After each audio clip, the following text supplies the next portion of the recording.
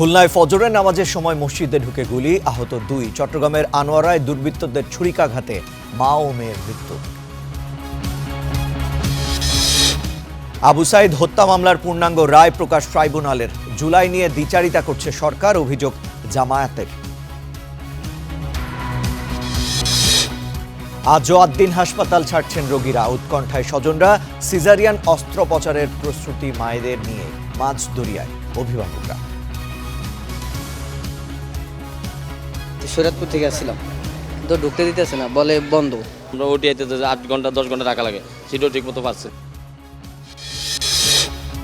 কুষ্টিয়ায় সীমান্ত শূন্যরেখায় 3 দিন ধরে আটকা 12 জন, টহল জোরদার। ফিরল বিএসএফ এর গুলিতে নিহত মুজিবের লাশ। যুক্তরাষ্ট্র ইরানের শান্তি চুক্তি সই হবে আজই, দাবি ট্রাম্পের। ভিন্ন কথা বলছে তেহরান।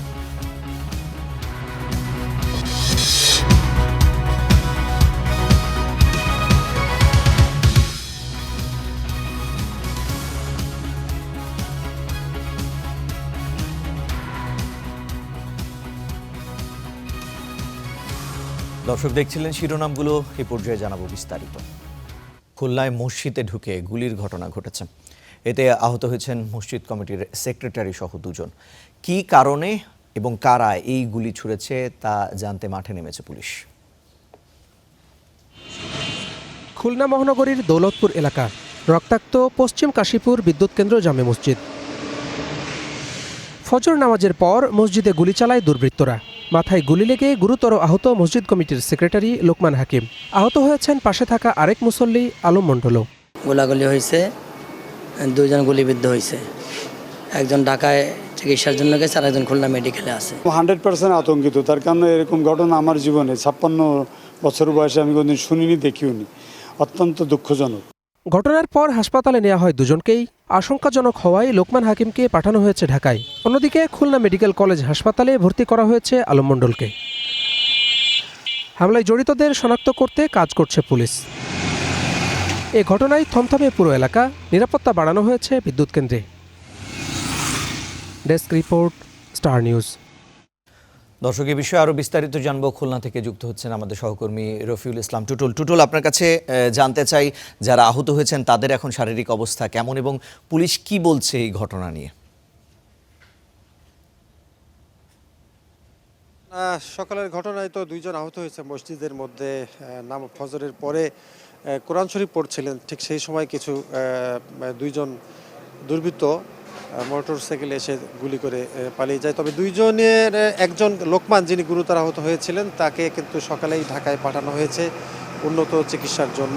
আর আরেকজন যিনি আছেন আলম, লোকমানের সাথেই ছিলেন, তিনি খুলনা মেডিকেল কলেজ হাসপাতালে চিকিৎসাধীন আছেন এবং তিনি আশঙ্কা মুক্ত বলে ডাক্তাররা জানিয়েছেন। আর পুলিশের সাথে কথা বলেছি, পুলিশ এখনও, যদিও ঘটনা এখনও মামলা হয়নি এখন পর্যন্ত, এবং পুলিশ এখনও অফিসিয়ালি সেইভাবে কোনো কথা বলেননি। তবে আমরা যেটা জানতে পেরেছি, তারা চেষ্টা করছেন এটি কোনো কয়েকটি বিষয় নিয়ে তারা এগিয়ে যাচ্ছেন। সেটি হলো ব্যক্তিগত দ্বন্দ্ব থাকতে পারে, যেহেতু তিনি ব্যবসা করতেন লোকমান, ব্যবসায়িক দ্বন্দ্বও থাকতে পারে। এই দুই তিনটি বিষয় নিয়ে তারা মূলত এগিয়ে যাচ্ছে, তদন্ত করছে, এবং তারা খুব আশাবাদী যে খুব শীঘ্রই এটি তারা উদ্ঘাটন করতে পারবে যে কারা এই ঘটনা ঘটিয়েছে এবং কেন ঘটিয়েছে।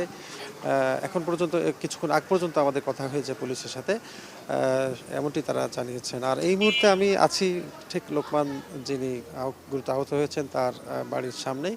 আমরা কথা বলেছি তার এলাকার মানুষের সাথে। তারা বলেছেন যে এটি আসলে তারা বুঝতে পারছেন না যে কেন ঘটনাটি ঘটলো, তবে তারা কিন্তু আতঙ্কিত। আমরা যাদের সাথেই কথা বলেছি এই এলাকার, বিশেষ করে মসজিদে, খুলনায় তো প্রতিদিনই কোথাও না কোথাও গুলি হত্যাকাণ্ড ঘটছে, কিন্তু একেবারে আজ সকালে যে মসজিদের মধ্যে ভিতরে গুলিবিদ্ধ হবে বা গোলাগুলি ঘটনা ঘটবে, এটি কিন্তু মানুষের চিন্তার একেবারেই বাইরে। এই ঘটনায় একেবারে মানুষ হতবিহ্বল হয়ে পড়েছে, আতঙ্ক ছড়িয়ে পড়েছে যে আর কোন জায়গাটি আসলে নিরাপদ থাকলো, এইটি কিন্তু এখন প্রশ্ন, রিশাদ।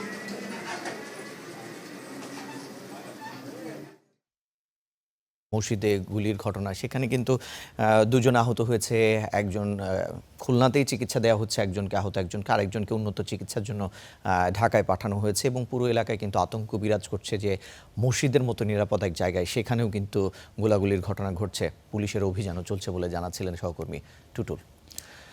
জুলাই গণঅভ্যুত্থানের প্রথম শহীদ আবু সাইদ হত্যার ঘটনায় মানবতা বিরোধী অপরাধের মামলায় রংপুর বেগম রোকেয়া বিশ্ববিদ্যালয়ের সাবেক ভিসি হাসিবুর রশিদ সহ ৩০ আসামি সাজার ৮০৯ পৃষ্ঠার পূর্ণাঙ্গ রায় প্রকাশিত হয়েছে।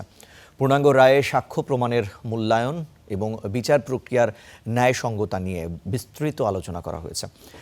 রায়ের পর্যবেক্ষণে ট্রাইব্যুনাল জানান, জুলাই অগাস্টে সংগঠিত মানবতা বিরোধী অপরাধের প্রথম ধাপ ছিল আবু সাইদের হত্যাকাণ্ড। বিচার প্রক্রিয়ায় আন্তর্জাতিক মানদণ্ড অনুসরণ করা হয়েছে এবং রায়ের মাধ্যমে ন্যায় বিচার প্রতিষ্ঠা হবে বলেও আশা প্রকাশ করেন ট্রাইব্যুনাল। এর আগে গত ৯ এপ্রিল এই মামলার রায় ঘোষণা করা হয়। রায়ে ২ জনকে মৃত্যুদণ্ড, ৩ জনকে যাবজ্জীবন এবং ৫ জনকে ১০ বছর, ৮ জনকে ৫ বছর এবং ১১ জনকে ৩ বছরের কারাদণ্ড দেওয়া হয়। একই সঙ্গে একজনের হাজতবাসকে সাজার মেয়াদ পূর্ণ হয়েছে বলে গণ্য করা হয়।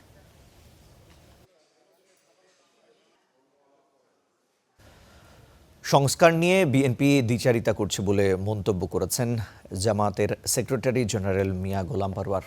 বলেন, নির্বাচনের পর সমস্ত সংস্কার প্রক্রিয়া ভুলে ১৮০ ডিগ্রিতে ঘুরে গেছে দলটি। গণভোট ও জুলাই সনদ ইস্যুতে জাতিকে বিভ্রান্ত করছে তারা বলেও অভিযোগ করেন তিনি। জাতীয় প্রেস ক্লাবে centre for media information and public policy আয়োজিত তথ্য ও সম্প্রচার খাতের সংস্কার শীর্ষক সেমিনারে এসব কথা বলেন তিনি। বলেন, গণমাধ্যম সংস্কার সহ সব সংস্কার প্রক্রিয়ায় বিএনপির কারণে বাধাগ্রস্ত হচ্ছে। নির্বাচনের আগে জাতীয় ঐক্যমত্য কমিশনের আলোচনায় বিএনপি সংস্কারের যেসব বিষয়ে নোট অব ডিসেন্ট দিয়েছিল, দেশের ৫ কোটি মানুষ গণভোটের মাধ্যমে তা নাকচ করে দিয়েছে। একই সেমিনারে জামাতের এমপি শফিকুল ইসলাম মাসুদ বলেন, বর্তমান সরকার সংস্কার ফোবিয়ার ভুগছে। সংস্কার না করে তারা উল্টো পথে হাঁটছে বলেও অভিযোগ করেন তিনি। জাতির জন্য দুর্ভাগ্যজনক এখন ক্ষমতাসীন যে রাজনৈতিক দল এই পুরা সংস্কার প্রক্রিয়ার সাথে জড়িত, তারাই জুলাই সনদের প্রস্তাব এনেছেন। পরিষ্কার বাংলা ভাষায় লেখা আছে যে প্রথম কথাই হচ্ছে যে এক রাষ্ট্রের সব অর্গানগুলোর সংস্কারের জন্য একটা সংবিধান সংস্কার কমিশন গঠন করতে হবে। এই সমস্ত সংস্কার প্রক্রিয়া এবং হাতে তারা ভোট দিলেন, ৭০ ভাগ ভোট দিলেন, সব ভুলে গিয়ে ১৮০ ভাগ ইউটার্ন নিয়ে বললেন যে এগুলো আমরা মানি না, এটা সংবিধানে নাই। রাজধানী মিরপুরের পল্লবীতে শিশু রামিসাকে ধর্ষণ ও হত্যা মামলার মৃত্যুদণ্ডপ্রাপ্ত ২ আসামি সোহেল রানা এবং স্বপ্না আক্তারের জেল আপিল শুনানির জন্য গ্রহণ করেছেন হাইকোর্ট। সকালে বিচারপতি মোহাম্মদ আলী ও বিচারপতি মোহাম্মদ সাইফুল ইসলামের হাইকোর্ট বেঞ্চে এই শুনানি করেন attorney general barrister Ruhul Quddus Kajol. এছাড়া বিচারপতি বিষ্ণুদেব চক্রবর্তী এবং বিচারপতি কে এম রাশিদুজ্জামান রাজার হাইকোর্টের বিশেষ বেঞ্চে শিশু আসিয়া এবং রামিসা ধর্ষণ ও হত্যা মামলার ডেথ রেফারেন্স ও আপিল অগ্রাধিকার ভিত্তিতে শুনানির আবেদন করেছেন অ্যাটর্নি জেনারেল। পরে হাইকোর্ট চত্বরে সংবাদ সম্মেলনে অ্যাটর্নি জেনারেল জানান, মামলাগুলো মুলতবি ছাড়া বিরতিহীনভাবে শুনানি করতে চায় রাষ্ট্রপক্ষ। গত ৭ জুন ঢাকা মহানগর শিশু সহিংসতা দমন ট্রাইব্যুনালে শিশু রামিসাকে ধর্ষণ ও হত্যা মামলায় আসামিদের মৃত্যুদণ্ডের রায় দেন।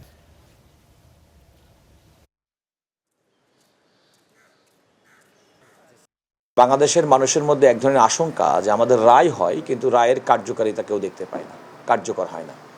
সেইটি বিবেচনায় নিয়ে আমি আদালতকে বলেছিলাম যে কোনোভাবেই আপনার যদি সুযোগ হয় তাহলে এই মামলাটি, আসিয়ার মামলাটি অগ্রাধিকারের ভিত্তিতে শুনানি অনুরোধ করেছিলাম, আবেদন জানিয়েছিলাম। কিছু কিছু ঘটনা, কিছু কিছু অপরাধ সমাজে এমনভাবে সংগঠিত হয় এবং মানুষের প্রত্যাশা অনুযায়ী এই সমস্ত অপরাধের যদি আমরা সুষ্ঠু বিচার করতে পারি এবং বিচারের রায় যদি কার্যকর করতে পারি তাহলে সমাজে এর একটা সুফল বয়ে আনে। চট্টগ্রামের আনোয়ারায় মা ও মেয়েকে কুপিয়ে হত্যা করেছে দুর্বৃত্তরা। আহত হয়েছেন আরেক সন্তান। রাউজানে প্রকাশ্যে যুবদল নেতা মাসুদুল হক চৌধুরীকে গুলি করে হত্যার ঘটনায় তদন্ত করছে পুলিশ। আনোয়ারার চেনামতি বড়ুয়াপাড়া এলাকা। শনিবার রাতে বাসায় ঢুকে মা অ্যানি বড়ুয়া ও মেয়ে প্রিয়ন্তী বড়ুয়াকে কুপিয়ে হত্যা করে দুর্বৃত্তরা। আহত হয় ৫ বছরের শিশু পিয়াস। নিহতের স্বামী সুজন বড়ুয়া নিরাপত্তা কর্মী। তার দাবি, ঘটনার সময় ডিউটিতে ছিলেন তিনি। হত্যার খবর পেয়ে বাড়ি ফেরেন। মরদেহ দুটি উদ্ধার করেছে পুলিশ। হত্যা রহস্য উদ্ঘাটনের পাশাপাশি জড়িতদের ধরতে অভিযান চলছে। এদিকে রাউজান যুবদল কর্মী মাসুদুল হক হত্যার ঘটনায় এখনও ধরা পড়েনি কেউ। সামাজিক যোগাযোগ মাধ্যমে ছড়িয়েছে হত্যার সময়কার ফুটেজ। তাতে দেখা গেছে সিএনজি চালিত অটোরিকশায় আসা 6 দুর্বৃত্ত মাসুদুল হককে গুলি করে পালিয়ে যায়। পুলিশের ধারণা অভ্যন্তরীণ কন্দলের জেরে এই হত্যাকাণ্ড। Desk report, Star news. কিশোরীকে ধর্ষণের অভিযোগে নোয়াখালীর হাতিয়া উপজেলার জাহাজমারা পুলিশ তদন্ত কেন্দ্রের ইনচার্জ খোরশেদ আলমকে প্রত্যাহার করা হয়েছে। ভুক্তভোগী কিশোরীর পরিবার জানায় কয়েক মাস আগে এই ঘটনা ঘটে, কিন্তু পুলিশের কাছে লিখিত অভিযোগ করেও কোনো প্রতিকার পাওয়া যায়নি। পুলিশ জানায় তখন এই অভিযোগের তদন্তে কোনো সত্যতা মেলেনি, কিন্তু আজ আবার ঘটনার বিবরণ সহ একটি ভিডিও সামাজিক যোগাযোগ মাধ্যমে ছড়িয়ে পড়লে ওই পুলিশ কর্মকর্তাকে প্রত্যাহার করা হয়। তবে এ বিষয়ে এখনও কোনো লিখিত কিংবা মৌখিক অভিযোগ পাওয়া যায়নি।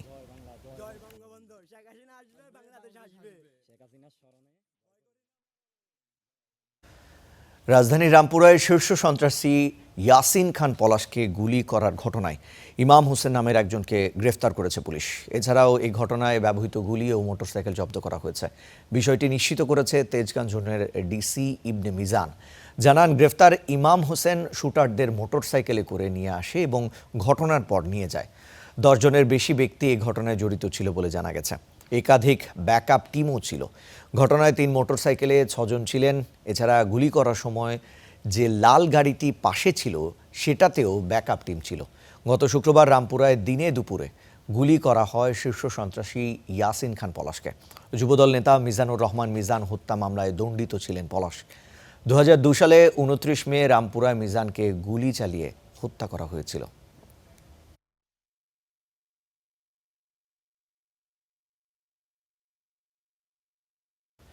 নিজ বাসায় ঢোকার পর গায়েব হয়ে যায় 5 বছরের ইব্রাহিম। বহু খুঁজে 1 মাসেও সন্ধান মেলেনি শিশুটির। পরিবারের জিজ্ঞাসা, তাদের সন্তান কি হাওয়ায় মিলিয়ে গেল? বিষয়টি নিয়ে অন্ধকারে আইনশৃঙ্খলা বাহিনীও। সাব্বির আহমেদের প্রতিবেদনে বিস্তারিত দেখুন। পল্লবীর বাসিন্দা মোহাম্মদ জসিম। বেলপুরি, ফুচকা ও ঝালমুড়ি বিক্রি তার পেশা। তার মাঝে এখন এক আকাশ শূন্যতা। ব্যবসা করতাম সবসময়, বাবা ব্যবসার মা লাগাই দিত। 1 মাস আমার বাবা আমার কাছে নাই।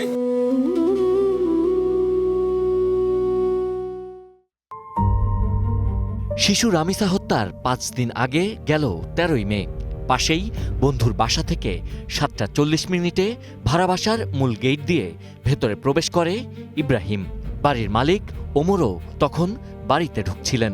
ঠিক 10 মিনিট পরই একটি সিসি ক্যামেরার ফুটেজে শিশুর আর্তচিৎকার শোনা যায়।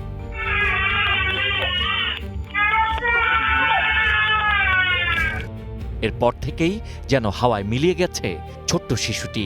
ওই দিনের রাত 12টা পর্যন্ত সিসি ফুটেজেও দেখা যায় ইব্রাহিম বাসা থেকে বের হয়নি। ঘটনার পর থানায় জিডি ও প্রেস ক্লাবের সামনে মানববন্ধন করেও কোনো লাভ হয়নি। ঘটনার 18 দিন পর 2 জুন থানায় মামলা নেয় পুলিশ। বলতেছে, আম্মু আমার আজকের তোমার হাতের মুরগির রান্না অনেক মজা লাগে, তুমি আজকের আমার 5 টুকরা মুরগির মাংস দেবা। বাবা আমার আর মুরগির মাংস খাইতে পারে না। এতটাই বলি যে আমার সন্তান একদিন হলো হাসরের ময়দান আমার কাছে আসবে, কিন্তু এদেরকে সেদিন হাসরের ময়দান আমি ক্ষমা করবো না। আমার আর 2টা ছেলে মেয়ে আছে, আমি দেশে চলে যাবো, আমি আর শহরে থাকবো না। এতটুকুই বলি যে দুনিয়ায় গরিবের যখন বিচার নাই, একমাত্র আল্লাহর কাছে সঠিক বিচার পাবো হাসরের ময়দানে। প্রশাসন বা বড় লেভেলের ছেলে মেয়ে থাকলে আজকে মুহূর্তের মধ্যে মাটি খুঁজে মাটির নিচে থাকলে বের করে নিয়ে আসতে প্রশাসন, কিন্তু আমাদের কোনো কদর মেলেনি। এ ঘটনায় বাড়ির মালিককে সন্দেহ করছেন পরিবার।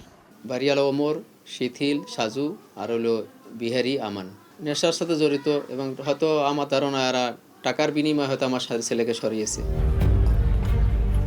মুখ না দেখানোর শর্তে ক্যামেরার কথা বলেন বাড়ির মালিক সাজু। ঠিক না, ওর গার্জিয়ান যদি ওভাবে টেক কেয়ার করতো তাহলে তো মিসিংয়ের কোনো কথাই ছিল না। ছোট বাচ্চারা কেন একা একা ছাড়বে? 1 মাস কেটে গেলেও এ ঘটনায় কোনো কুল কিনারা করতে পারেনি পুলিশ। পল্লবী থানা পুলিশ চেষ্টা করছে বাচ্চাটিকে উদ্ধার করার জন্য, কিন্তু এখন পর্যন্ত আমরা বলার মতো এরকম কোনো অগ্রগতি মানে এখন পর্যন্ত নাই। তাহলে কোথায় গেল ইব্রাহিম? দরজার সামনেই পড়ে আছে এই ছোট্ট জুতা জোড়া, শুধু নেই ইব্রাহিম। প্রায় 1 মাস অতিবাহিত হয়েছে, এখনো সন্ধান নেই ছোট্ট ইব্রাহিমের। পরিবারের অভিযোগ, তারা গরিব হওয়ায় ইব্রাহিমকে উদ্ধারের ব্যাপারে আগ্রহ নেই প্রশাসনের। তাদের চাওয়া দ্রুততম সময়ের মধ্যে ইব্রাহিমকে উদ্ধার করা হোক, ইব্রাহিম ফিরে আসুক তার মায়ের কোলে। Sabbir Ahmed, star news, Dhaka. 72 ঘন্টার মধ্যে রোগীদের সরিয়ে নেওয়ার নির্দেশনা থাকলেও এখনও 8 দিন হাসপাতালে 2 শতাধিক রোগী ভর্তি রয়েছেন। পর্যায়ক্রমে রোগীরা চলে যাচ্ছে বলে জানিয়েছে কর্তৃপক্ষ। সরকারের আকস্মিক সিদ্ধান্তে মানবিক বিপর্যয় আর উৎকণ্ঠার মুখে পড়েছেন বলছেন রোগী ও তাদের স্বজনরা। মাত্র 2 দিন আগে পৃথিবীর আলো দেখেছে এই ছোট্ট শিশুটি, অথচ সুস্থ হয়ে হাসি মুখে বাড়ি ফেরার বদলে কোলজোড়ে এখন শুধুই অনিশ্চয়তা। সিজারিয়ানের ক্ষত শুকাতে না শুকাতেই অসুস্থ স্ত্রীকে এক হাতে আর 2 দিনের সন্তানকে অন্য হাতে ধরে হাসপাতাল ছাড়ছেন এক অসহায় বাবা। যেদিন লাইসেন্সটা আমার বাতিল করে দিচ্ছে, সেদিন আমার কিন্তু ওয়াইফের সিজার হয়েছে। সিজার কারণে হেয়ারও ঠিকমতো সিজা দিতে পারে, আমরা ওটি আইতে 8 ঘন্টা 10 ঘন্টা টাকা লাগে, সেটাও ঠিকমতো পাচ্ছি না। এই যে এখন মনে করেন এই যে কাজটা করছে, এই সিলির জায়গাটা এখন কিন্তু ব্যথা করতেছে। যাবেন কোথায় তাও জানা নেই। 700 শয্যা বিশিষ্ট এই হাসপাতালে চিকিৎসাধীন 243 জন রোগী, যাদের সবার কপালেই এখন চিন্তার ভাঁজ। মেডিকেল আছে, সুস্থ হবে, ডাক্তাররা চিকিৎসা দিবে, কিন্তু এখন যখন লাইসেন্স বাতিল হয়ে গেছে এরপর তো হতাশ হয়ে গেছি আমরা। এখন ওনারাও প্রথমেই বলতেছে যে আপনারা জানকে আমাদের তো ইয়া কেন, কিন্তু পরে আবার শুনলাম যে না, বলতেছে থাকেন, কিন্তু সরকার শুনলাম 72 ঘন্টা সময় দিছে। আমরা তো আসছিলাম, আজকে আসছি, অনেক দূরেতে আসছি, শরীয়তপুর থেকে আসছিলাম, তো ঢুকতে দিতেছে না, বলে বন্ধ, লাইসেন্স নাকি বলে বাতিল করা হয়েছে নাকি।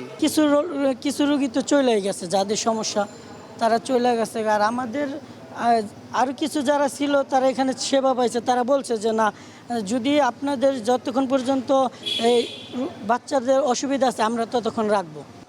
লাইসেন্স বাতিলের আদেশের পর থেকেই হাসপাতালের বহির্বিভাগে কোনো রোগী দেখা হয়নি, বন্ধ রয়েছে নতুন রোগী ভর্তিও। রিপোর্ট নিতে পারবেন, রিপোর্ট নিয়ে আপনি অন্য কোথাও ডাক্তার দেখাতে পারবেন, কিন্তু রিপোর্টটা লয়ে যায়। হ্যাঁ, রিপোর্টটা নিতে পারবেন, রিপোর্টটা নিয়ে অন্য কোথাও ডাক্তার দেখাতে, আমাদের এখানে ডাক্তার দেখাতে পারবেন না। এদিকে লাইসেন্স বাতিলের এই রায়ের বিরুদ্ধে উচ্চ আদালতে আপিল করার জোর প্রস্তুতি নিচ্ছে হাসপাতাল কর্তৃপক্ষ। তবে স্পর্শকাতর এই বিষয়ে ক্যামেরার সামনে আনুষ্ঠানিক কোনো বক্তব্য দিতে রাজি হননি দায়িত্বশীল কেউ। আইনি লড়াই কিংবা লাইসেন্স বাতিলের নিয়মতান্ত্রিক প্রক্রিয়া যাই হোক না কেন, এই মুহূর্তে সবচেয়ে বড় সংকটে পড়েছেন চিকিৎসাধীন অসহায় রোগীরা। স্বল্প সময়ের মধ্যে বিপুল পরিমাণ খরচ সামলে অন্য হাসপাতালে স্থানান্তরিত হওয়া সাধারণ মানুষের জন্য বোঝা হয়ে দাঁড়িয়েছে। Suman Mahmud, star news, Dhaka. সংকট মেটাতে বাজেটে জিডিপির 1% স্বাস্থ্য খাতে বরাদ্দ রাখা হয়েছে বলে জানিয়েছেন স্বাস্থ্যমন্ত্রী সর্দার মোহাম্মদ সাখাওয়াত হোসেন। দুপুরে নারায়ণগঞ্জের থেকে দেশের 10টি জেলার হাসপাতালে 10 শয্যার আইসিইউ উদ্বোধনী অনুষ্ঠানে তিনি এই তথ্য জানান। স্বাস্থ্যমন্ত্রী বলেন, স্বাস্থ্য খাতকে জনগণের দোরগোড়ায় পৌঁছতে কাজ করছে সরকার, প্রস্তুত আছে এই ডেঙ্গুর সাথে যুদ্ধ করতে। পর্যাপ্ত পরিমাণে হামের ভ্যাকসিন সংগ্রহ করা হয়েছে বলেও জানান মন্ত্রী। তিনি বলেন, সারা দেশে আরও 20টি হাসপাতাল নির্মাণ করা হবে। এর মধ্যে 1500 ওয়ার্ডের 2টি হাসপাতাল হবে বিশেষায়িত, যেখানে সেবা পাবেন কেবল নারীরা।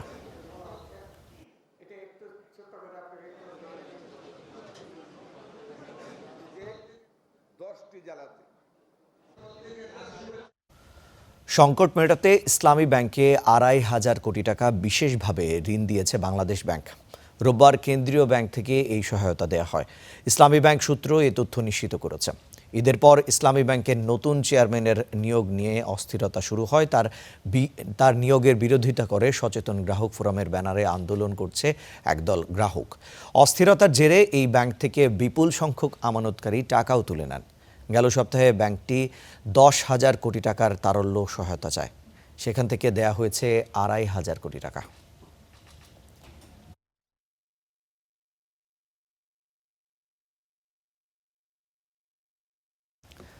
দেশের বিভিন্ন সীমান্ত দিয়ে পুশিনের চেষ্টা অব্যাহত রেখেছে বিএসএফ, তবে সেসব চেষ্টা রুখে দিয়েছে বিজিবি।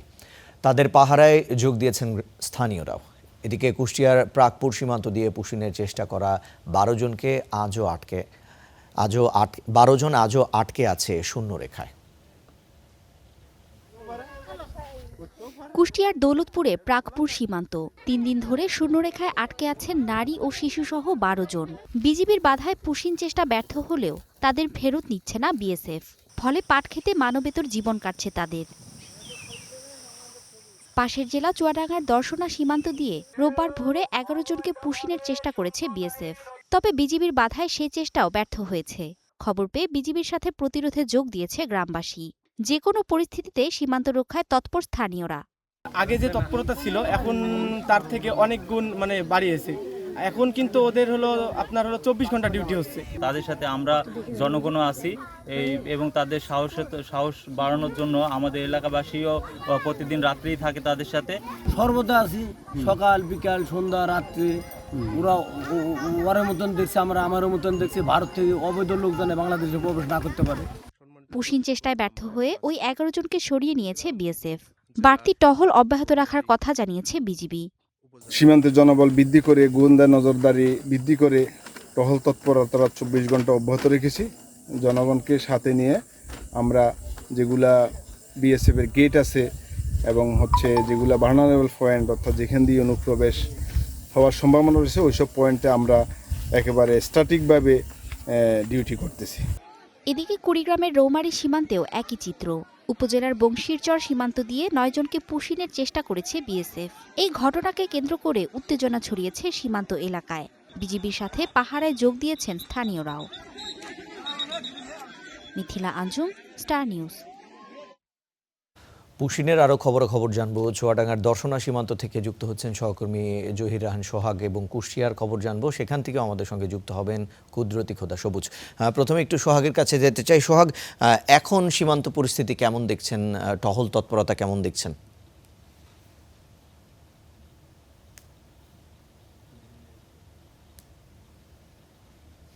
রিশান, আজ ভোরের দিকে বিএসএফ, ভারতীয় সীমান্ত রক্ষী বাহিনী বিএসএফ চুয়াডাঙ্গার দর্শনা জয়নগর সীমান্ত দিয়ে চেষ্টা কিন্তু ব্যর্থ হয়ে গেছে। এছাড়া গ্রামবাসী যারা সীমান্তবর্তী এলাকার মানুষ আছেন তারাও কিন্তু বিজিবিকে সহায়তা করছেন। দেশের সার্বভৌমত্ব রক্ষায় বিজিবি যেমন কাজ করছে, দেশের সার্বভৌমত্ব রক্ষায় সীমান্তবর্তী এলাকার মানুষ যারা আছেন তারাও কিন্তু নিঃস্বার্থভাবে কাজ করছেন। তারাও রাত জেগে কিন্তু বিজিবির সাথে একযোগে কাজ করছেন বলে বিজিবির পক্ষ থেকে আমাদের জানানো হয়েছে। এবং যাদেরকে পুশিং করা হয়েছিল তার পরে কিন্তু সীমান্তের জিরো যে লাইন, সেই লাইন ক্রস করে তাদের কিন্তু ভারতের দিক পাঠানো হয়েছে। তো এখন তাদের যে অবস্থান সেটা তারা ভারতের দিকে আছে। এখন বর্তমানে ভারতের তার কাটা বা সীমান্ত বেষ্টের এপারে আছেন নাকি ভিতরে চলে গেছেন সেটি কিন্তু এখনো নিশ্চিত হওয়া যায়নি। আমরা এখন যেখানে দাঁড়িয়ে আছি মূলত এখান দিয়ে কিন্তু তারা ভারতীয় সীমান্ত রক্ষী বাহিনী বিএসএফ তারা কিন্তু এদিক দিয়ে পুশিং করার চেষ্টা করেছিল, কিন্তু তারা কিন্তু সেই পুশিং করতে পারেনি। এবং বিজিবির পক্ষ থেকে আমাদেরকে জানানো হয়েছে চুয়াডাঙ্গার 6 বিজিবির ব্যাটালিয়নের 113 কিলোমিটার জুড়ে কিন্তু অতিরিক্ত টহল জোরদার করা হয়েছে, লোকবল বৃদ্ধি করা হয়েছে। একই সাথে গ্রামবাসী সহায়তায় কিন্তু টহল অব্যাহত রয়েছে। আপনাকে ধন্যবাদ। এই পর্যায়ে আমরা যেতে চাই আমাদের সহকর্মী সবুজ আমাদের সঙ্গে কুষ্টিয়া থেকে যুক্ত আছেন, তার কাছে। সবুজ, আপনার কাছে জানতে চাই যে প্রাকপুর সীমান্তে যে 12 জনকে শূন্যরেখায় রাখা হয়েছে তাদের অবস্থান এখন কোথায়, সীমান্ত পরিস্থিতি কেমন জানাবেন?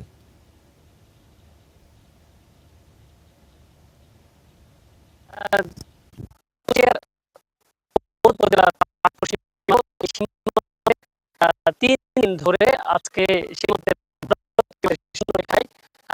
মোট 12 ভারতীয় সীমান্তরক্ষী বাহিনী চেষ্টা করেছিল এবং স্থানীয় ব্যক্তিরা সেটি বাধা প্রদান করে এবং এখন পর্যন্ত এই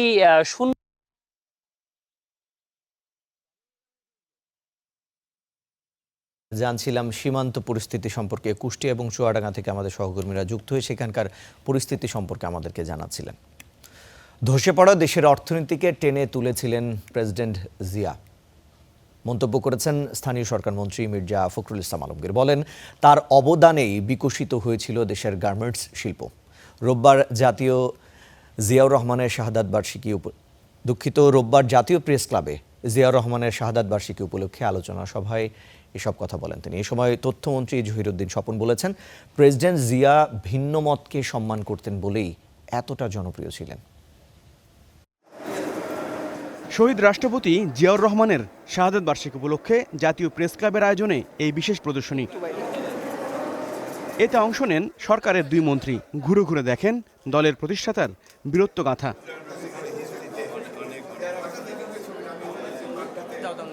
এরপর আলোচনা সভায় বক্তারা শহীদ প্রেসিডেন্ট জিয়াউর রহমানের জীবনের নানা দিক তুলে ধরেন। গণতান্ত্রিক মূল্যবোধের উপরে ভর করে দেশের সমস্ত ধরনের ভিন্ন মতকে মঞ্চ তৈরি করে দিয়েছেন সমালোচনা করার জন্য। 5ম সংশোধনী করে 4র্থ সংশোধনীর সমস্ত ধরনের বেড়াজালকে খান খান করে ভেঙে দিয়েছেন। এই সমস্ত কিছুর মধ্যেই যে বিষয়টি বেরিয়ে আসে তা হলো ভিন্ন মতকে সম্মান করা, ভিন্ন মতের কাছ থেকে সিদ্ধান্ত গ্রহণ প্রক্রিয়ার উপাদানকে খুঁজে বের করা। স্থানীয় সরকার মন্ত্রী বলেন, প্রেসিডেন্ট জিয়া একটি কার্যকর ও প্রাতিষ্ঠানিক শাসন ব্যবস্থা প্রতিষ্ঠা করতে চেয়েছিলেন। গণতন্ত্রে বিশ্বাসী দলগুলোকে তিনি আনতে পেরেছিলেন এক প্ল্যাটফর্মে। আমি যে একজন বাংলাদেশি, আমি যে সেপারেট, আমার যে আলাদা আইডেন্টিটি আছে, আমি যে পশ্চিম বাংলার বাঙালি নই, আমি এই ভূখণ্ডের একজন নাগরিক এবং আমার যে আলাদা একটা সত্তা আছে, এটা তিনি এস্টাবলিশ করেছেন তার বাংলাদেশি জাতীয়তাবাদের যে তথ্য, সেই তথ্য দিয়ে। দুর্ভিক্ষ পীড়িত এবং নিক্সনের ভাষায় একটা আপনার বটমলেস বাস্কেট, সেই দেশটাকে তিনি টেনে উপরে তোলার চেষ্টা করলেন। অনুষ্ঠানে অংশ নেওয়া আলোচকরা ইতিহাসকে সমৃদ্ধ করতেই জিয়াউর রহমানের ওপর গবেষণা বাড়ানোর প্রয়োজনীয়তা তুলে ধরেন। Habibur Rahman Ofi, Star news, Dhaka. দেশে এখনো প্রায় 40 লাখ শিশু কিশোর বিদ্যালয়ের বাইরে রয়েছে। প্রাথমিকে 6.5% এবং মাধ্যমিকে 13%-রও বেশি, যার মধ্যে ছেলেদের হার সবচেয়ে বেশি। ইউনিসেফের জরিপে উঠে এসেছে উদ্বেগজনক এই চিত্র। শিক্ষামন্ত্রী বলছেন, আগামী বাংলাদেশ বিনির্মাণে সরকারের সবচেয়ে বড় বিনিয়োগ এখন শিক্ষায়। প্রাথমিক শিক্ষকদের বদলি স্থানীয় প্রশাসনের হাতে দেওয়ার পরিকল্পনার কথাও জানান প্রাথমিক ও গণশিক্ষা প্রতিমন্ত্রী। ফরহাদ বিন নূরের রিপোর্ট। দেশের প্রায় 6.5% শিশু এখনও বিদ্যালয়ের বাইরে। মাধ্যমিক স্তরে এ হার 13%-রও বেশি। প্রাথমিক ও মাধ্যমিকে শিক্ষা কার্যক্রমের বাইরে প্রায় 40 লাখ শিশু কিশোর, যাদের মাঝে ছেলেদের সংখ্যাই বেশি। রোববার রাজধানীর হোটেল শেরাটনে ইউনিসেফের আয়োজিত বাংলাদেশের শিক্ষা খাত বিশ্লেষণ 2026 শীর্ষক যাচাইকরণ কর্মশালায় এ তথ্য উপস্থাপন করা হয়। এ সময় শিশুদের শিক্ষা বঞ্চিত হওয়ার নৈপথ্য কারণ তুলে ধরার পাশাপাশি সরকারের করণীয় সম্পর্কের কথা বলেন বক্তারা। And here we're talking about social emotional skills, those skills about being able to negotiate, to communicate, to work as a team, to question, to think about what the information is telling us. কর্মশালায় অংশ নেন শিক্ষামন্ত্রী এবং প্রাথমিক ও গণশিক্ষা প্রতিমন্ত্রীও। বক্তব্যে উঠে আসে শিক্ষা খাতের উন্নয়ন সরকারের ভাবনা ও পরিকল্পনার কথা। Our government is willing to work in the education sector and very seriously. As we understand, the demographic dividends of our countries for the youth is not that far. It's maybe 20 to 41.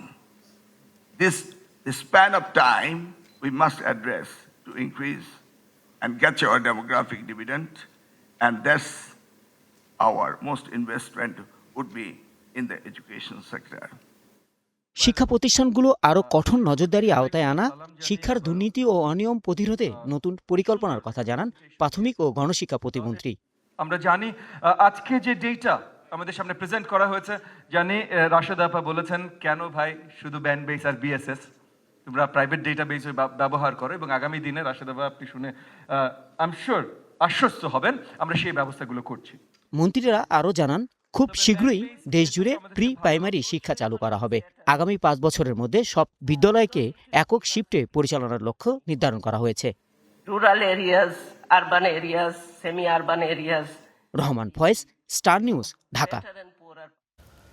লক্ষ্য ছিল তিস্তা সেচ প্রকল্প সংস্কার ও সম্প্রসারণের মাধ্যমে রংপুর, দিনাজপুর এবং নীলফামারীর কৃষি অর্থনীতিকে চাঙা করা। অথচ ৩৫ বছরের আগের সমীক্ষাকে পুঁজি করে পানি উন্নয়ন বোর্ডের ১,৪৫২ কোটি টাকার এই প্রকল্প এখন যেন অনিয়ম আর দুর্নীতির মহোৎসব।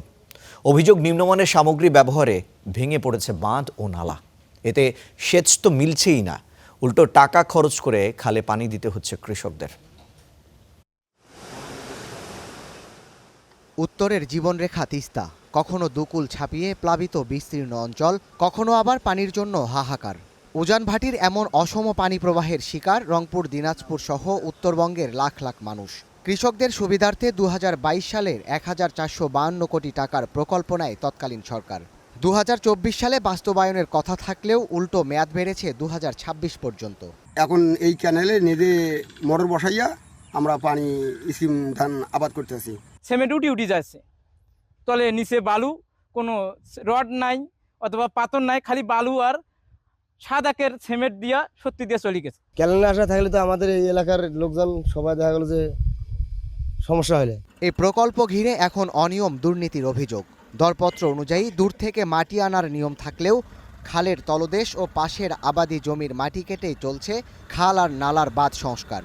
এতে পানির সামান্য চাপেই ভাঙছে বাঁধ ও নালা, নিজেদের অর্থ খরচ করে সেচ দিতে হচ্ছে চাষিদের। অ্যাকুয়ার থেকে ভেকু দিয়ে মানে ওই যে বাঁধের মাটি দিয়ে বাঁধকে বাঁধানো, এইটা কিন্তু সম্পূর্ণ অনিয়ম, এটা শিডিউলের বাইরে। খালি বালু দিয়েছে, ঢালি দিয়েছে, বালু দিয়েছে, ঢালি দিয়েছে, শেষ। এই পানির মধ্যে দেখা যায় ওই পানি ওই ক্যানেলে ক্যানেলে আছে, ভূত আর উঠবে না। এমন ভাবে মেরামত করে গেল, নালা মেরামতও হয় নাই, নালা ভাঙ্গি টাঙ্গি সবকিছু গুড়া মারা হয়ে আছে।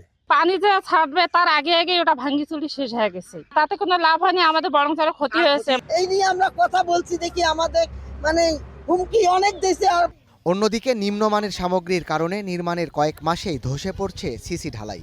পার রক্ষায় জিও ব্যাগের পরিবর্তে ফেলা হয়েছে চটের বস্তা। এসবের প্রতিবাদ করায় পানি উন্নয়ন বোর্ডের কর্মকর্তা ও ঠিকাদারের লোকজনের হামলার শিকার হচ্ছেন স্থানীয়রা।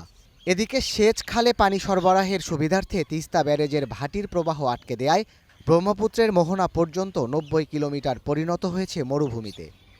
পানির সংকটে যখন নদী মরছে, তখন সেচ প্রকল্প সমুন্নত করার জন্য অর্থ ব্যয়টা এটা অপরিণামদর্শী প্রকল্প ছাড়া আর কিছু হতে পারে না। নদীকে মেরে দিয়ে যে প্রকল্প গ্রহণ করা হচ্ছে, তার যে আওতা বৃদ্ধি করা হচ্ছে, এটি আমরা মনে করি পরিবেশ বান্ধব কর্মসূচি নয়। অনিয়মের পাহাড় সম অভিযোগের বিপরীতে পুরনো ও দায়সারা বক্তব্য পানি উন্নয়ন বোর্ডের কর্মকর্তাদের। যে স্ল্যাবগুলি ভেঙে গেছে এটা আমরা দেখেছি, এটা কাজ করার পরে ঠিকাদারের যেগুলো ভেঙে গেছে সেগুলি আমরা ঠিকাদারের এখনো পারফরমেন্স গ্যারান্টি আছে, ডিফেক্ট পার হয় না, ওইগুলি আমরা ঠিকাদারের কাছ থেকে ঠিক করে নিব। সবসময় মনিটরিংয়ে আছে। আমরা ঠিকাদারকে এই পর্যন্ত কোনো বিল প্রদান করিনি, মানে আমি যোগদানের পরবর্তীতে কোনো বিল প্রদান করিনি। আমাদের নজরে যদি কোথাও পড়ে আমরা অবশ্যই সেটা ঠিক করে নেই। প্রায় ১,৫০০ কোটি টাকার এই প্রকল্প ঠিকঠাক বাস্তবায়িত না হলে হুমকির মুখে পড়বে উত্তরাঞ্চলের কৃষি। এক্ষেত্রে যথাযথ পদক্ষেপ নিতে সরকারের প্রতি তাগিদ তিস্তা অববাহিকার মানুষের। Desk report, Star News. কোস্টগার্ডের ধারাবাহিক অভিযানে অনেকটাই কোণঠাসা সুন্দরবনের বিভিন্ন জলদস্যু বাহিনী। চাঁদাবাজি, মুক্তিপণ সহ নানা অপকর্ম করতে না পারায় কোস্টগার্ড স্টেশনে হামলাও চালায় দুর্বৃত্তরা। বাগেরহাটের মোংলায় জয়মনির ঘোল এলাকায় ঘটে তেমনই এক হামলার ঘটনা। জড়িতদের দ্রুত বিচারের মুখোমুখি করার পাশাপাশি সুন্দরবনের সার্বিক নিরাপত্তা নিশ্চিতে নিয়মিত অভিযান চলছে বলে জানায় কোস্টগার্ড কর্তৃপক্ষ। আরও জানাচ্ছেন নিবিড় সাহা, ছবি তুলেছেন কাজী জুয়েল। বাগেরহাটের মোংলার জয়মনির ঘোল এলাকায় কোস্টগার্ড স্টেশনে হামলা ও ভাঙচুর চালায় বনদস্যুদের একটি গ্রুপ। এতে আহত হয় কোস্টগার্ডের বেশ কয়েকজন সদস্য। কয়েক ঘন্টা পর পরিস্থিতি নিয়ন্ত্রণে নেয় বাহিনীটি। কর্তৃপক্ষের দাবি, কোস্টগার্ডের সার্বক্ষণিক টহলের কারণে দস্যুতার সুযোগ না পাওয়ায় হামলা চালানো হয়। তারা অতর্কিত হামলা করে বসছে, বাট আপনারা দেখেছেন যে আমাদের রিএনফোর্সমেন্ট যখন গিয়েছে তখন কিন্তু আবার তারা উল্টা পিছু হটা শুরু করছে। তো এই সুযোগটাকে তারা কাজে লাগিয়েছে, বাট এই জিনিসগুলা তারা কোনো একটা সুযোগে করেছে মানে এই না যে ভবিষ্যতে এইগুলা করার সুযোগ তারা পাবে। আমরা এখন অত্যন্ত কঠোরভাবে থাকব।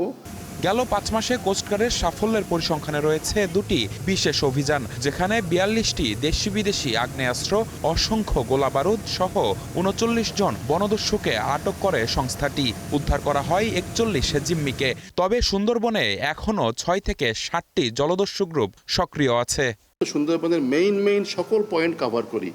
আর ডাকাতটা কি করছে, ওরা আপনার একদম প্রত্যন্ত কোনো জায়গা থেকে ওই 1-2 জেলেকে ওই ন্যারো খাল থেকে তুলে নিল। হয়তো সমস্যাটা কোথায় দেখেন, তুলে নেওয়াটা বড় সমস্যা না, ওটা আমরা উদ্ধার করে ফেলি। সমস্যা হলো যেই ব্যক্তিকে নিয়ে গেল সে কাউকে জানায় না।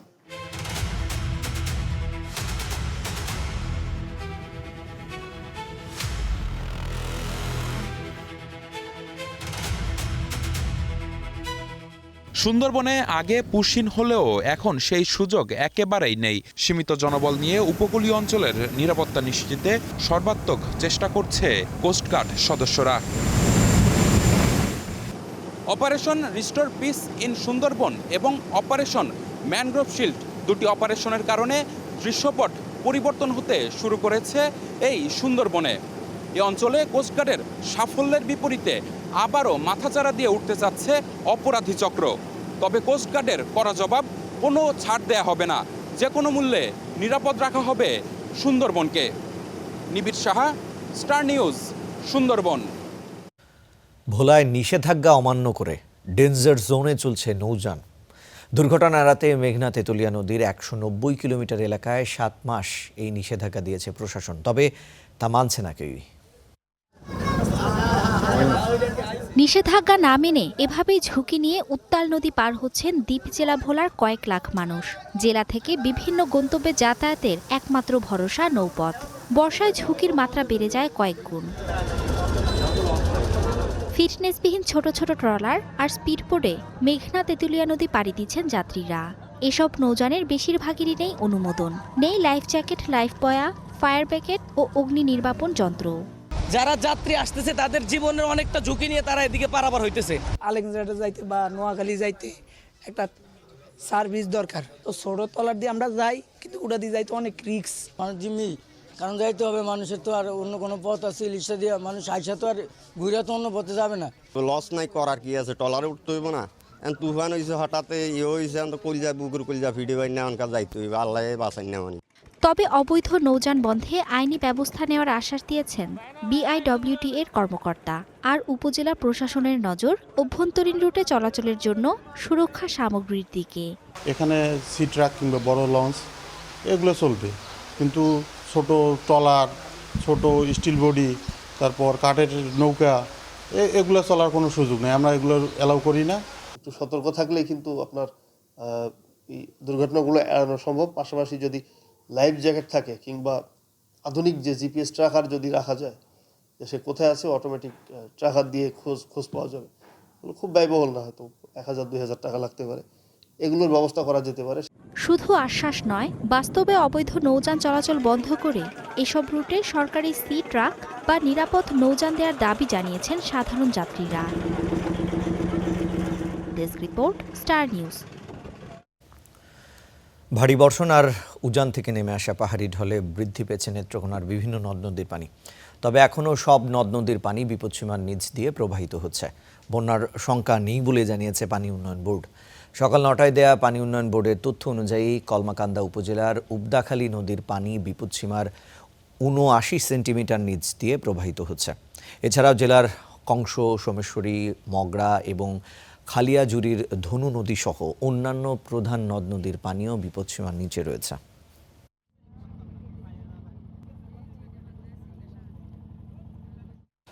নতুন অর্থ বছরের বড় রাজস্ব লক্ষ্যমাত্রা দেওয়া হয়েছে এনবিআরকে, কিন্তু বিশাল এই লক্ষ্যমাত্রা পূরণ নিয়ে সন্দিহান বিশ্লেষকরা। আর ঘাটতি পূরণে মাঝপথে অব্যাহতি তুলে নিলে আস্থা হারাবে সরকার। বিস্তারিত সহকর্মী মাজহার মাহবুবের প্রতিবেদনে। প্রত্যেক বাজেটেই রাজস্ব আহরণে বড় লক্ষ্যমাত্রা দেওয়া হয় এনবিআরকে, কিন্তু ঘাটতি থাকায় বছরের মাঝামাঝিতে কমিয়ে দেওয়া হয় লক্ষ্যমাত্রা। এরপরেও এনবিআরের পিছু ছাড়ে না ঘাটতি। বিগত কয়েক বছরের ধারাবাহিকতায় এখন পর্যন্ত সবচেয়ে বড় ঘাটতি 2025-26 অর্থ বছরে। শুধুমাত্র লক্ষ্যমাত্রা কমিয়ে দেয়াই নয়, অধ্যাদেশ জারি করে সরকারকে কখনো তাৎক্ষণিক তুলে নিতে হয়েছে নানা অব্যাহতি।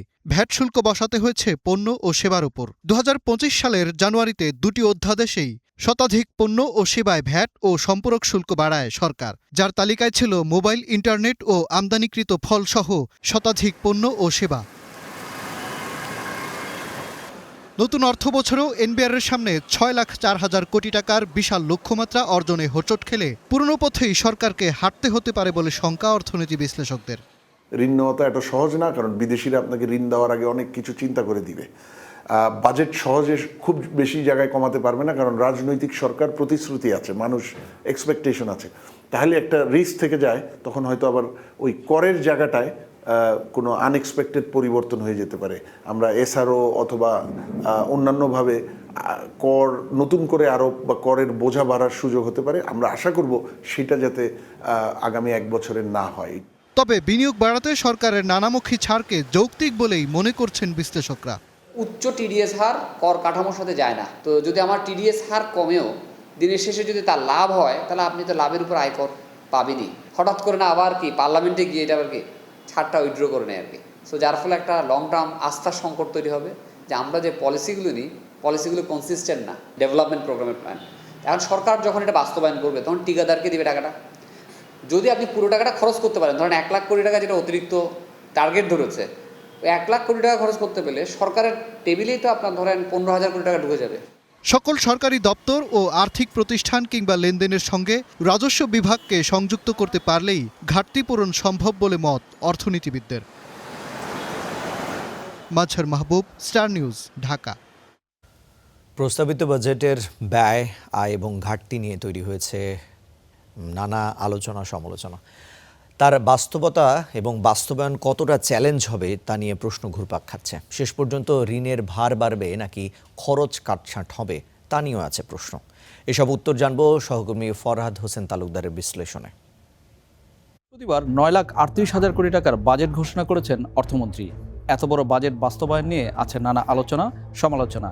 এর মাঝে যে 7টি প্রশ্ন বড় করে দেখা দিয়েছে, সেগুলো নিয়েই আজ বিস্তারিত আলোচনা করার চেষ্টা করব আমি ফরহাদ হোসেন তালুকদার। 9,38,000 কোটি টাকা কি খরচ করতে পারবেন অর্থমন্ত্রী? এই প্রশ্নের জবাব জানতে আমাদের একটু পেছনে ফিরে যেতে হবে। 2024-25 অর্থবছরের প্রস্তাবিত বাজেটের আকার ছিল 7,97,000 কোটি টাকা, কিন্তু শেষ পর্যন্ত বাস্তবায়ন হয়েছে 6,31,000 কোটি টাকার কিছু বেশি। অর্থাৎ প্রস্তাবিত বাজেট ব্যয়ের মাত্র 79% বাস্তবায়ন হয়েছে। আমরা যদি গত কয়েক অর্থবছরে একটু পেছনে ফিরে তাকাই, তাহলে দেখতে পাবো যে বাজেট বাস্তবায়নের হার 80%-এর ঘরেই আটকে আছে। সেই হিসেবে বলা যায় এবারেও হয়তো শেষ পর্যন্ত এমন ব্যয় হতে পারে। রাজস্ব আয়ের লক্ষ্য কি অর্জন হবে? এখানেই সবচেয়ে বেশি চাপের মুখে থাকবেন আমাদের অর্থমন্ত্রী। নতুন বাজেটে তিনি রাজস্ব আয়ের লক্ষ্য ধরেছেন 6,95,000 কোটি টাকা। এর মধ্যে রাজস্ব বোর্ডের টার্গেট দিয়েছেন 6,04,000 কোটি টাকা। যদিও চলতি অর্থ বছরের জুলাই-এপ্রিল এই 6 মাসে রাজস্ব বোর্ড তার লক্ষ্যমাত্রার চেয়ে 1 লাখ কোটি টাকার বেশি ঘাটতিতে আছে। সেই হিসেবে আসছে অর্থ বছরে রাজস্ব লক্ষ্যমাত্রা অর্জন করতে হলে অন্তত 2,45,000 কোটি টাকা অতিরিক্ত আয় করতে হবে বলে মনে করে গবেষণা প্রতিষ্ঠান সিপিডি। এত বড় ঘাটতি কিভাবে পূরণ হবে? ঘাটতি পূরণে দেশীয় উৎসের চেয়ে বিদেশি উৎসের দিকে বেশি নির্ভর করছেন অর্থমন্ত্রী। কারণ সংশোধিত বাজেটে বিদেশি ঋণ ধরা হয়েছে 58,000 কোটি টাকা। এটা বাড়িয়ে প্রায় দ্বিগুণ করে নতুন অর্থ বছরের জন্য 1,09,850 কোটি টাকা প্রস্তাব করা হয়েছে। একই সঙ্গে দেশীয় উৎস থেকে নেওয়া হবে 1,27,000 কোটি টাকা, যার মধ্যে 1,12,000 কোটি টাকা নেবেন ব্যাংক থেকে। কিন্তু ব্যাংক থেকে কি এত ঋণ পাবেন অর্থমন্ত্রী? বর্তমানে ব্যাংকের যে ভঙ্গুর পরিস্থিতি এবং চলমান অস্থিরতা, তাতে এই ঋণ নেওয়াটা বেশ কঠিন হবে বলেই মনে করছেন বিশ্লেষকরা। বিশেষ করে ব্যাংকগুলো বিপুল পরিমাণ খেলাপি ঋণে আক্রান্ত হয়ে আছে। এমন পরিস্থিতিতে সরকার যেহেতু এবারে বিনিয়োগ বাড়াতে বিভিন্ন উদ্যোগ নিচ্ছে, সেক্ষেত্রে বেসরকারি খাতে ঋণের চাহিদা বাড়তে পারে। তখন সরকারের বেশি ঋণ চাহিদা বিনিয়োগ ব্যাহত করবে। তবে কি সরকার টাকা ছাপাবে? সম্ভাবনা একেবারে যে নেই তা বলা যাবে না, কারণ এর আগে আমরা দেখেছি অন্তর্বর্তী সরকার টাকা ছাপিয়ে দুর্বল ব্যাংকগুলোকে সহায়তা করেছে। তারও আগের সরকারের সময় বাজেট ঘাটতি মেটাতে টাকা ছাপানোর খবর এসেছিল বিভিন্ন গণমাধ্যমে। তবে বর্তমান অর্থমন্ত্রী অবশ্যই স্পষ্ট করে বলে দিয়েছেন টাকা ছাপানোর দিকে তিনি যাবেন না। তাহলে কিভাবে মেটাবেন বিপুল এই ঘাটতি? দেশীয় এবং বিদেশি উৎসের উপরই নির্ভরশীল হতে হবে। কোনো কারণে যদি প্রত্যাশা অনুযায়ী এই দুই খাত থেকে ঋণ না মেলে তখন হয়তো বাজেট কাটছাট করতে হবে। আর এই কাটছাটের খরকটা নেমে আসে উন্নয়ন ব্যয়ে। কারণ পরিচালন ব্যয় কমিয়ে আনা অতটা সহজ নয়, কারণ সেখানে সরকারের সুদ পরিশোধ ব্যয় থাকে, ভর্তুকির চাপ থাকে, সরকারি কর্মচারীদের বেতন ভাতা দিতে হয়। এখানে বাকি রাখার কোনো সুযোগ নেই। তাই তো উন্নয়ন ব্যয় কাটছাট করা হয়। 2025-26 অর্থবছরের জন্য 2,30,000 কোটি টাকার ব্যয় পরিকল্পনা থাকলেও 30,000 কোটি টাকা কমিয়ে তা 2 লাখ কোটি টাকা করা হয়েছে। নতুন বাজেটে এত কর ছাড় কেন? স্থানীয়ভাবে উৎপাদিত TV, fridge, washing machine, computer, laptop, mobile সহ বিভিন্ন ইলেকট্রনিক্স পণ্যের উৎপাদনে কর ছাড়ের প্রস্তাব করেছেন অর্থমন্ত্রী। এছাড়াও নিত্যপণ্য সহ আরও অনেক খাতে কর ছাড় দেওয়া হয়েছে। এর ফলে কি হবে? এসব পণ্যের বিক্রি বাড়বে, তাতে করে ভোগ ব্যয় বাড়বে, আর সেই ভোগ ব্যয়ের উপর ভিত্তি করেই এবার অর্থনীতিতে চাঞ্চল্য ফিরিয়ে আনতে চান অর্থমন্ত্রী। আন্তর্জাতিক প্রসঙ্গ। বহুল প্রতীক্ষিত যুক্তরাষ্ট্র ও ইরানের মধ্যকার সমঝোতা সই আজই হবে, এমনটা দাবি করেছেন মার্কিন প্রেসিডেন্ট ডোনাল্ড ট্রাম্প। কিন্তু চুক্তির জন্য মুখিয়ে থাকা ট্রাম্পের এই দাবিকে সরাসরি প্রত্যাখ্যান করেছে ইরান। দেশটির দাবি, আগামী 24 ঘন্টার মধ্যে চুক্তি সইয়ের কোনো সম্ভাবনাই নেই। যুক্তরাষ্ট্র ও ইরানের যুদ্ধ কবে থামবে এ নিয়ে যখন উদ্গ্রীব বিশ্ববাসী, তখন মার্কিন প্রেসিডেন্ট ট্রাম্প, ইরান সরকার কিংবা মধ্যস্থতাকারী পাকিস্তান, তিন পক্ষ থেকে আসতে থাকে ভিন্ন ভিন্ন বক্তব্য। শনিবার পাকিস্তানের প্রধানমন্ত্রী জানান, আগামী 24 ঘন্টার মধ্যেই হতে যাচ্ছে বহুল প্রতীক্ষিত যুক্তরাষ্ট্র ইরানের শান্তি চুক্তির সমঝোতা। স্মারক সই নিয়ে পোস্ট দেন ট্রাম্পও। তবে সব দাবিকে উড়িয়ে দিয়ে ইরান সাফ জানিয়ে দেয়, রোববার সই হবে না কোনো চুক্তি। ইরান নাকচ করে দেওয়ার পরও ট্রাম্প বলছেন, রোববারই সই হবে স্মারক, সবার জন্য খুলে দেয়া হবে হরমুজ প্রণালী। ট্রুথ সোশ্যালে দেয়া এক পোস্টে এমন দাবি করেন তিনি। চুক্তিটি রোববার সই হওয়ার কথা রয়েছে। এটি সই হওয়ার সঙ্গে সঙ্গেই হরমুজ প্রণালী সবার জন্য খুলে দেয়া হবে। ইরানের সঙ্গে আমাদের সম্পর্ক আগের প্রশাসনগুলোর তুলনায় অনেক ভালো অবস্থায় রয়েছে। ট্রাম্প আরও দাবি করেন, আর কোনো পারমাণবিক অস্ত্র চায় না তেহরান। এছাড়া উপযুক্ত সময় সমৃদ্ধ ইউরেনিয়াম অপসারণে ওয়াশিংটনের সঙ্গে তেহরান কাজ করবে বলেও ইঙ্গিত দেন তিনি। তবে ট্রাম্প হুঁশিয়ারি দিয়ে বলেন, এই চুক্তি সহজে না হলে বিকল্প পথ বেছে নেবে ওয়াশিংটন। এই চুক্তি সই হলে ইরানের সঙ্গে যুক্তরাষ্ট্রের সম্পর্ক আরও ভালো হবে। তবে প্রক্রিয়াটি যদি দ্রুত, সহজ ও ভালোভাবে এগিয়ে না যায়, তাহলে যুক্তরাষ্ট্রের হাতে চূড়ান্ত বিকল্প রয়েছে। তবে ট্রাম্পের এমন বক্তব্যের পুরো বিপরীত দাবি করছে তেহরান। ইরান আবারও নিশ্চিত করেছে, আগামী 24 ঘন্টার মধ্যে চুক্তি সইয়ের কোনো সম্ভাবনাই নেই। তবে ইরানের পররাষ্ট্র মন্ত্রণালয়ের মুখপাত্র ইসমাইল বাঘেই ইঙ্গিত দিয়েছেন, এমন চুক্তি আগামী কয়েকদিনের মধ্যেই সই হতে পারে। এছাড়াও এই চুক্তিকে চূড়ান্ত চুক্তি না ধরে ভবিষ্যৎ আলোচনার একটি কাঠামো হিসেবে বিবেচনা করার জন্য বলছেন বাঘেই। সম্ভাব্য এই সমঝোতা স্মারক কেবল ভবিষ্যৎ আলোচনা অব্যাহত রাখার একটি কাঠামো হিসেবে কাজ করবে। এটিকে চূড়ান্ত চুক্তি হিসেবে বিবেচনা করা উচিত হবে না। আলোচনায় থাকা বিষয়গুলো অত্যন্ত জটিল। বর্তমান পর্যায়ে মূলত যুদ্ধ ও উত্তেজনা নিরসনের দিকেই গুরুত্ব দেওয়া হচ্ছে। পারমাণবিক ইস্যুতেও এখনো কোনো চূড়ান্ত সিদ্ধান্তে পৌঁছায়নি তেহরান। বাঘেই জানান, এ নিয়ে আলোচনা আরও 60 দিন ধরে চলবে। এদিকে চুক্তির জন্য মুখিয়ে থাকা ট্রাম্পের এই উদ্গ্রীব আচরণের নিন্দা জানিয়েছে ইরানের বিপ্লবী গার্ড বাহিনী। চুক্তির ব্যাপারে ট্রাম্পের এই অতি আগ্রহকে ব্যক্তিগত প্রচারের উপলক্ষ আখ্যা দিয়ে সমালোচনাও করেছে আইআরজিসি। এই সমঝোতা স্মারকসই সশরীরে হবে না। মধ্যস্থতাকারী দেশ পাকিস্তানের প্রধানমন্ত্রী শাহবাজ শরীফ জানিয়েছেন, রাজধানী ইসলামাবাদে চুক্তি সইয়ের ডিজিটাল অনুষ্ঠান আয়োজন করা হবে। কাজী শাহরিন, স্টার নিউজ। এদিকে যুক্তরাষ্ট্রের সাথে শান্তি চুক্তির প্রবল বিরোধিতা করেছে ইরানের সাধারণ জনগণের একাংশ। সম্ভাব্য চুক্তি সইয়ের ঘোষণার পর শনিবার রাতে তেহরানের বিক্ষোভ করে কয়েকশো মানুষ। তাদের দাবি, সর্বোচ্চ নেতার খুনিদের সাথে কোনো চুক্তি হতে পারে না। এই সময় ইরানের বর্তমান শীর্ষ নেতাদের বিরুদ্ধে স্লোগান দিতে দেখা যায় বিক্ষোভকারীদের। তারা দেশটির পার্লামেন্ট স্পিকার মোহাম্মদ বাঘের গালিবাফ এবং পররাষ্ট্রমন্ত্রী আব্বাস আরাকচির বিরুদ্ধে স্লোগান দেন। সর্বোচ্চ নেতা আয়াতুল্লাহ আলী খামেনির রক্ত বৃথা যেতে দেবে না বলেও স্লোগান দেন বিক্ষুব্ধ জনতা। তাদের অভিযোগ, গত 28 ফেব্রুয়ারি মার্কিন ও ইসরায়েলি বিমান হামলায় সর্বোচ্চ নেতা খামেনির মৃত্যুর পরও এই নেতারা যুক্তরাষ্ট্রের সাথে শান্তি চুক্তির আলোচনা চালিয়ে যাচ্ছেন। এ নিয়ে ক্ষোভ প্রকাশ করেছেন তারা।